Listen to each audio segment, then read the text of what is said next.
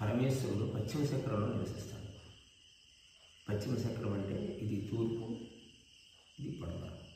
తూర్పు తీసుకున్నది పడమర. అలాగే భృగుటిలో ఉదయిస్తుంది ప్రాణము, ఇక్కడ నుండి వస్తుంది. సద్గురుపాదుల స్థానంలో శంకరాచార్యులు వారు కూడా ఒక శ్లోకం చెప్పారు.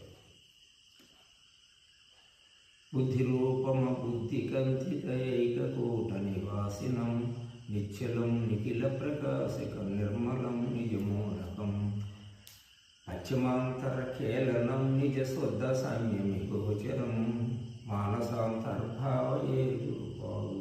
అది సద్గురుపాదుక స్థవంలో గురుపాదం అంటే ఇక్కడ ఉంది. పట్టుకొని స్వామి ఏం చెప్తున్నారు జగద్గురు రాజశేఖర్ వారు, పశ్చిమాంతరఖేళనం నిజ శుద్ధ సైన్యమి గోచరం. ఎవరికైనా ఆత్మసాక్షాత్కారం కావాలనంటే ఇక్కడకు సాధన చేసి